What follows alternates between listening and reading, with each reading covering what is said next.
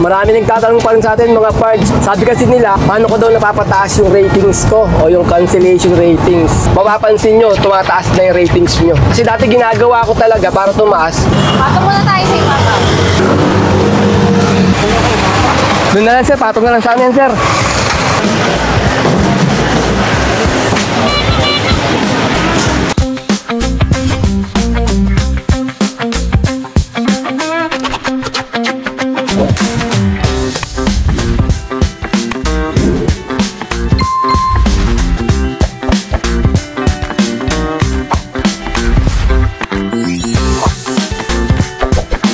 Hello, good morning po, Lalamove po. Ma'am, tatanong ko lang ma'am kung ano pong pipick upin namin. Ano po? Anim na bubble wrap po. Sige ma'am, punta na po namin sa pick up ma'am. Okay ma'am, thank you po, thank you. Good day mga pards, today is another booking day na naman tayo. September 17 ngayon, Wednesday 2025. Time check, 9:53 AM. First booking namin from Santa Monica going to Mariana sa halagang 790. Ang layo ng pick up location ay 2.5 km.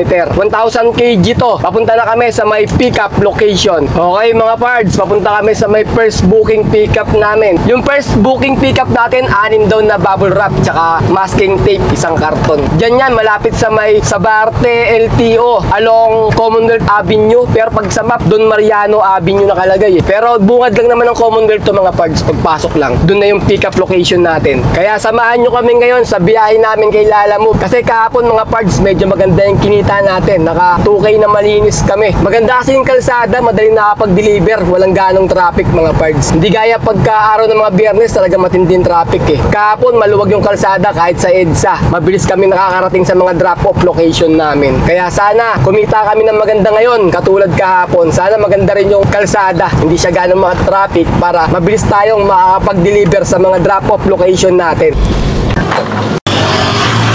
Patong muna tayo sa ibabaw.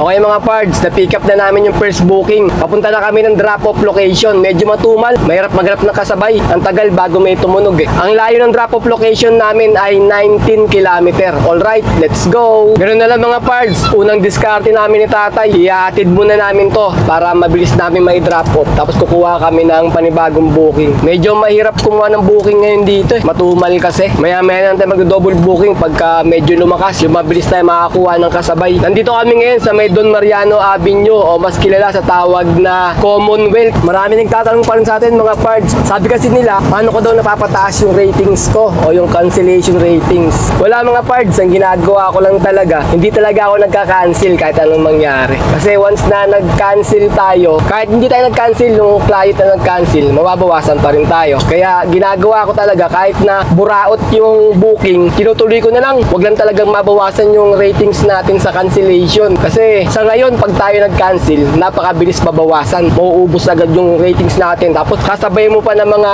client cancel, yung mga ganon. Nako, bagsak agad sa attrition. Ako na nagsasabi sa inyo, napakabilis pagka cancel tayo ng cancel. Gawin nyo lang, huwag kayo magka-cancel sa loob ng mga 2 linggo, 3 linggo. Tamo, mapapansin nyo, tumataas na yung ratings nyo. Kasi dati ginagawa ko talaga para tumaas, nagpaparate ako sa mga client. Kaso mahirap din makiusap mga pards eh. Kada pakiusap mo, minsan di naman nila ginagawa na sabihin lang sa'yo, sige, i-rate kita. Pero hindi naman nag-rate yung iba. Hayaan na natin na kusa silang mag-rate sa atin. Kasi nakakadagdag din yung mga pards eh, sa pagtaas o mabilis na pagtaas na ratings natin pagka nire-rate tayo ng mga customer natin. Hindi nila kinakalimutan mag-rate. Siyempre, wala tayong magagawa kung ayaw nila mag-rate sa atin, di ba? Ganun lang ang gawin natin. Huwag tayo magka-cancel talaga. Kasi yun ang ayaw na ayaw nila Lalamove eh. Marami kasi siyang hinala eh pagka kinakancel natin yung booking. Kahit na si client yung nag-cancel. Gawa ng di ba yung iba. Kasi dati, nauso sa motor yan eh. Yung pinapa-cancel, kinakausap yung client na tapos itutuloy pa rin nila. Kasi mga ganun sitwasyon, nakakarating kay Lalamove yan eh. Nalalaman nila yung mga diskarte ng mga rider, ganyan. Wala na. Ano na eh, pud-pud na yun eh. Kaya nga naglagay ng cancellation rating si Lalamove. Dahil sa mga ganung sistema nga ng mga iba, di ba, ginagawa. Kaya yung mga matitino, minsan natadamay. Tulad natin, di ba, ayaw natin ng ratings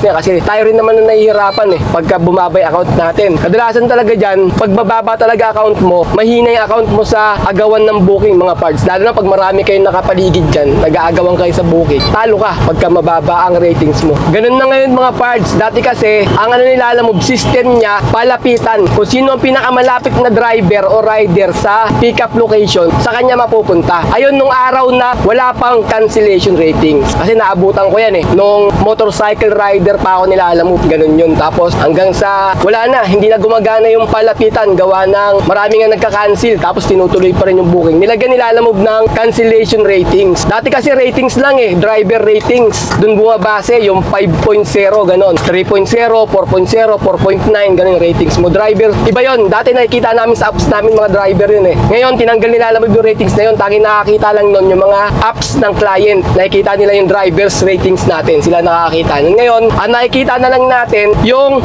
cancellation driver ratings. Ayun yung cancellation natin. Pagka nagka-cancel tayo, bumababa ng bumababa ngayon. Ganun na mga parts ang system ngayon. Mababa account mo, kahit na malapit ka, meron mas mataas na account sa'yo, mas malakas. Lalo na pagka may sticker siya, tapos mataas yung ratings niya, mas malakas siyang papasukan ng booking. Ganun na ngayon ang labanan, hindi na palapitan. Nung araw yung palapitan ng pick-up location. Pag mas malapit ka, sa'yo mapupunta.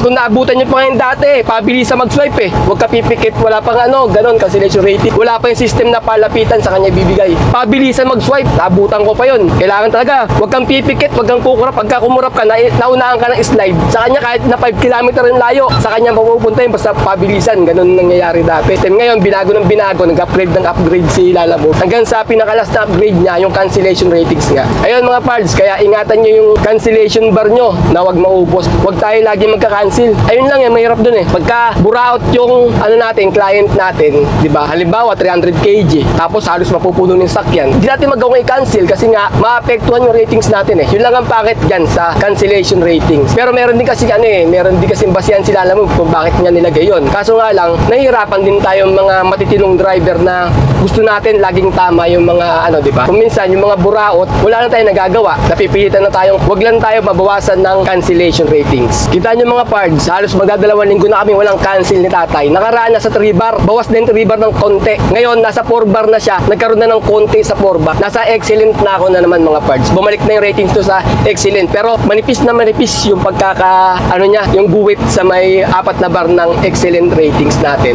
Ayun, wala kaming cancel ni tatay. Nakaraan pa, magdadalawang linggo na wala kaming cancel. Kahit na mahirap yung booking, dinidiretso namin. Drop off tayo mga pards. First booking, time check, 11:18 AM. Tapang alas 12. Sir, deliver sir, kay Marik Digoso. Yan. Hey Grace. Ano to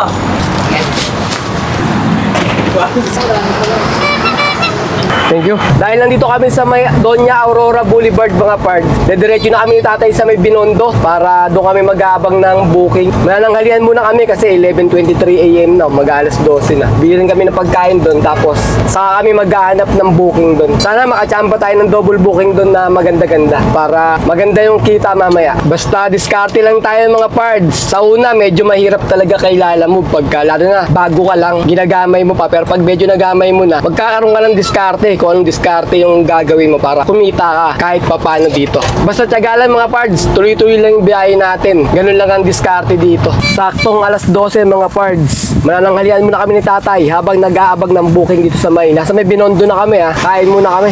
Kakatapos lang namin kumain ng tanghalian mga pards. Bale, 12:19 PM. Break time. Kaya walang booking dito sa may Binondo. Ayan mga pards 2 piraso lang yung booking dito. Ayan, may lumabas. Manila to Bagong Silangan. 3 booking lang. Ganito dito pagka break time. Siyempre lahat nagbe-break time Kumakain ng tanghalian. Siyempre lahat yung mga yan pagka naka-break time yan. Break time talaga nila, hindi kikilos yun. Hintayin nila yung alauna. Pero sayang yung oras nila kung magtatrabaho sila ng ganito kaaga pa. Break time naman nila. Kaya tayo mag-aabang din tayo ng booking hanggang mag-alauna bago tayo makakuha siguro ng booking. Kasi ganun din pagka may lumabas na booking na kinuha mo. Pagdating doon, hindi rin kikilos yung mga trabador, mga taga-buhat nila gawa ng break time. Kaya hihintayin din natin mag-alauna, ganun din mga parts. Time check, 1:06 PM. May pangalawang booking na kami. From Manila going to Pansol sa halagang 752. Ang layo ng pickup location ay 850 meters lang. 1,000 kg to. Papunta na kami sa may pickup location. Sir, Lalamove, ladder daw, ICS company. Tay! Doon na lang sir, patong na lang saan yan sir. Doon tayo, patong mo rin tay. Mahaba to sa salamin. Doon, patong mo. Yan. Time check, 1:50 PM. May pangatlong booking na kami. Nakakuha kami ng pangsabay mga pards. From Manila going to Santa Monica sa halagang 633. Ang layo ng pickup location ay 1.1 kilometer. 600 kg lang to. Papunta na kami sa may pickup location. Dito tayo ngayon mga pards sa may Sabino Padilla. Paliko kami ng Ongpin Street. Medyo traffic. Pag traffic dito, talagang hindi gumagalaw. Ito gumagalaw pa kahit papano. Kaya medyo traffic lang. Pero malapit namin mga pards. Pickup location, third booking. Yan, ano na to eh. Ongpin na yan eh. Kakaliwa na kami dyan. Tapos Alonso. Kakaliwa na ulit. Yun na yung pickup location namin. Asog, medyo ganito lang. Mabagal lang yung daloy kasi maraming dumadaan. Maraming nagpipick up siguro dito ngayon. Kaya medyo traffic. Chinatown, Laylay Hotel. Ito, Dragon Club, Binondo Satellite. Pick up tayo mga pards. Buti may parkingan dito. Kadalasan wala eh.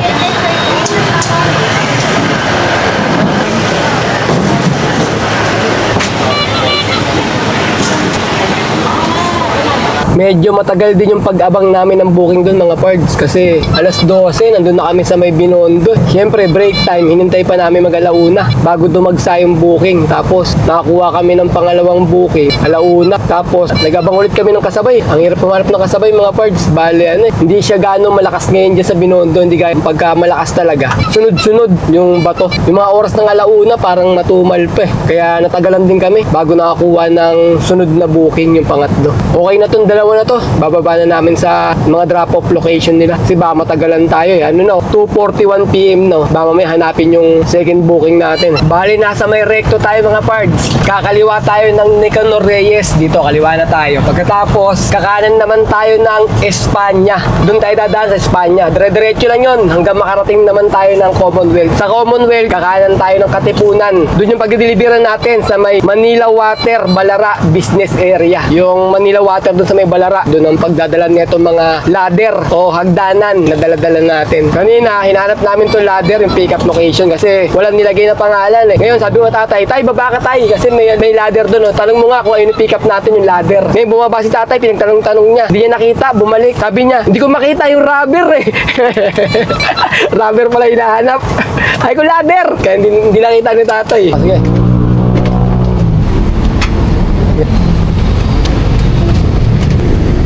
Yan.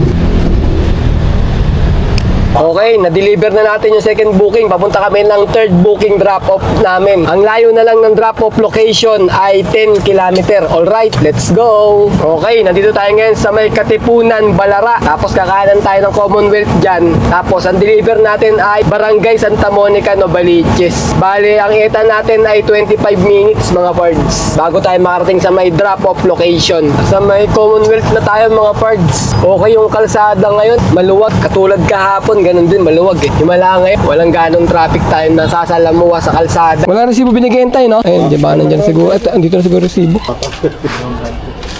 Okay, income reveal tayo. Bali, nakatatlong booking kami sa maghapon at ang kinita namin ay 1,740. Pagkatapos, wala kaming nakuwang tip mga pards eh. Puro sakto lang yung binabayad. Kaya bawasan na lang natin ng 300 na diesel at 100 na pangkain. Hindi na kami nagmerienda mga pards. Bali, yung ulam lang binili namin. Kaya 100 lang yung kinain namin. Kaya bali, 400 yon yung pangkain tsaka yung diesel. Ibawas natin sa 1,740 equals 1,340. Ayun yung kinita namin mga pards. Naka 1,340 kami na malinis. Labas na rin yung pangkain, pan-diesel, saka yung commission nila alam mo.